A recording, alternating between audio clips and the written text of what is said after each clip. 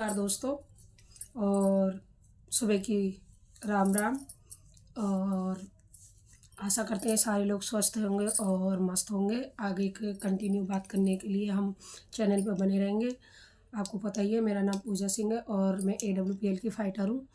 तो आज जो बात करेंगे आयुर्वेद को लेकर छोटे से टॉपिक पे बात करेंगे कि हमारी कर मेडिकल सिस्टम में क्या है और आयुर्वेद सिस्टम में क्या क्या चीज़ अनुपात रखा गया है कि मतलब ये चीज़ कैसे है और ये कैसे है। यह एक ऐसा सत्य है जिसे मेडिकल सिस्टम ने हमसे आज दिन तक दूर रखा है। जो मेडिकल सिस्टम है उन लोगों ने हमसे आज दिन तक ये सिस्टम दूर रखा है क्योंकि हमें पता ही नहीं है कि ये सिस्टम है क्या। क्योंकि यदि ये सत्य हर भारतीय व्यक्ति को भीतर से अगर पता चल जाए तो ये एक झूठ के आधार पर बनाया गया है। अगर हर व्यक्ति को ये चीज़ पता चल जाए तो ये झूठ के आधार पर बनाया गया है। इनका जो इतना बड़ा साम्राज्य जो बना के इन लोगों ने खड़ा कर रखा है, बड़े बड़े हॉस्पिटल बना के रखे हैं, तो ये जो है एकदम झूठ साबित होगा। ये अगर ये भारत क्या दूर के क्या अदर देश के क्या अगर इस मेडिकल सिस्टम के अंदर जाके अगर पता चल जाए इन लोगों को कि ये मेडिकल लाइन में क्या क्या चीज़ अंदर हो रही है, तो भारतीय हमारा एक ऐसा व्यक्ति है अगर सच पता होने के बावजूद ना बोले तो ऐसा हो ही नहीं सकता। अगर सत्य पता होता है तो भारतीय नागरिक एकदम खड़ा हो जाता है। अगर इनका साम्राज्य एक ही दिन में खत्म हो जाएगा इस चीज़ को आयुर्वेद को लेकर, क्योंकि आयुर्वेद जो है हमारा एक अलग चीज़ है और मेडिकल स्टोर एक अलग चीज़ है। मेडिकल स्टोर तो देखो हर जगह आजकल पहले से और अब में बहुत ही फ़र्क है। झूठ झूठ क्या है, मतलब एक बच्चा हमने पढ़ने के लिए भेजा, ठीक, पढ़ने भेज दिया। अब उसकी पढ़ाई के लिए हमने क्या काम करा, उसे 5 साल तो पहले पाला, 5 साल के बाद कम से कम उसे 20 साल की पढ़ाई के लिए छोड़ दिया, तो कितने हो गए 25 साल। यानी कि और व्यक्ति 60-70 साल में ही अब ख़त्म हो रहा है। तो मात्र व्यक्ति के कुछ ही समय बचा है जिसमें शादी भी करनी है, नौकरी भी पानी है, सब कुछ करना है। अगर उसने सही से डिग्री कर ली है, अगर सही से डिग्री कर ली, तब सबसे पहले क्या काम करेगा, बड़ी सी बिल्डिंग बनाकर हॉस्पिटल खोल लेता है, ठीक। अब उसको ये फ़र्क नहीं पड़ता कि बंदा गरीब है या अमीर है, उसको अपना बिल बनाना है तो बनाना है, चाहे उसके ज़मीन बिक जाए या कुछ भी A to Z हो जाए, लेकिन उसको ये काम करना है तो करना है, उसे कोई नहीं रोक सकता। क्योंकि भाई उसने इतना साम्राज्य बनाने के लिए उसने अपनी जमा पूंजी ख़त्म कर दी, तो वो भी तो उस जमा पूंजी को वापस लाने की कोशिश करेगा।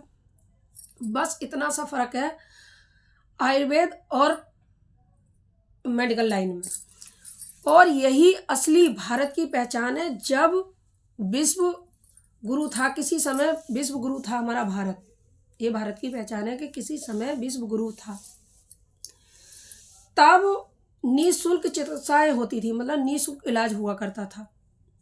क्योंकि चिकित्सा प्रकृति से ही होती थी, क्योंकि प्रकृति बूटे, हरियाली, पेड़ पौधे, इनसे बहुत सारी जड़ी बूटी मतलब जो वैद्य लोग हमारे लाते थे और बनाते थे, तो एक सेवा के रूप में अधिकतर काम करते थे। 1 टका 2 टका 3 टका ले लेते थे, वो एक अलग चीज़ थी, मतलब अधिकतर निःशुल्क होती थी। अब क्या सिस्टम हो गया है कि निःशुल्क का सिस्टम ख़त्म हो गया, क्योंकि पहले व्यक्ति काम करता था, लेकिन आजकल क्या काम कर रहा है, मशीनें, केमिकल, ये चीज़ हमारे काम आ रहे हैं। पहले ये चीज़ें नहीं होती थी, क्योंकि केमिकल केमिकल जो है ना वो प्रकृति से नहीं मिलता हमें, क्योंकि वो हमें बनाना पड़ता है। कुछ चीज़ें लगती हैं प्रकृति की उसके अंदर, लेकिन वो चीज़ नहीं बनती जो एक होती है। क्योंकि हमारे आयुर्वेद में भी केमिकल का इस्तेमाल होता है, लेकिन वो केमिकल प्रकृति द्वारा ही बनाया जाता है, जिससे कि हमारी कुछ डोजों में ऐसा होता है जो केमिकल दिया जाता है, लेकिन वो हमारी बॉडी को नुकसान नहीं दे सकता, क्योंकि वो केमिकल युक्त है। केमिकल वो अच्छा वाला केमिकल है जो खाने के प्रयोग में लिया जाता है, ठीक। और दूसरी चीज़ क्या है, अगर प्रकृति का अगर हम कुछ भी हिस्सा अपने जीवन में अगर उतारते हैं ना, प्रकृति का कुछ भी हिस्सा, मतलब 100% में ना, अगर 25% भी हमने अपने जीवन में उतार लिया, तो आने वाले समय में जो व्यक्ति 100-100 साल जीते थे ना, वो भी जिएंगे।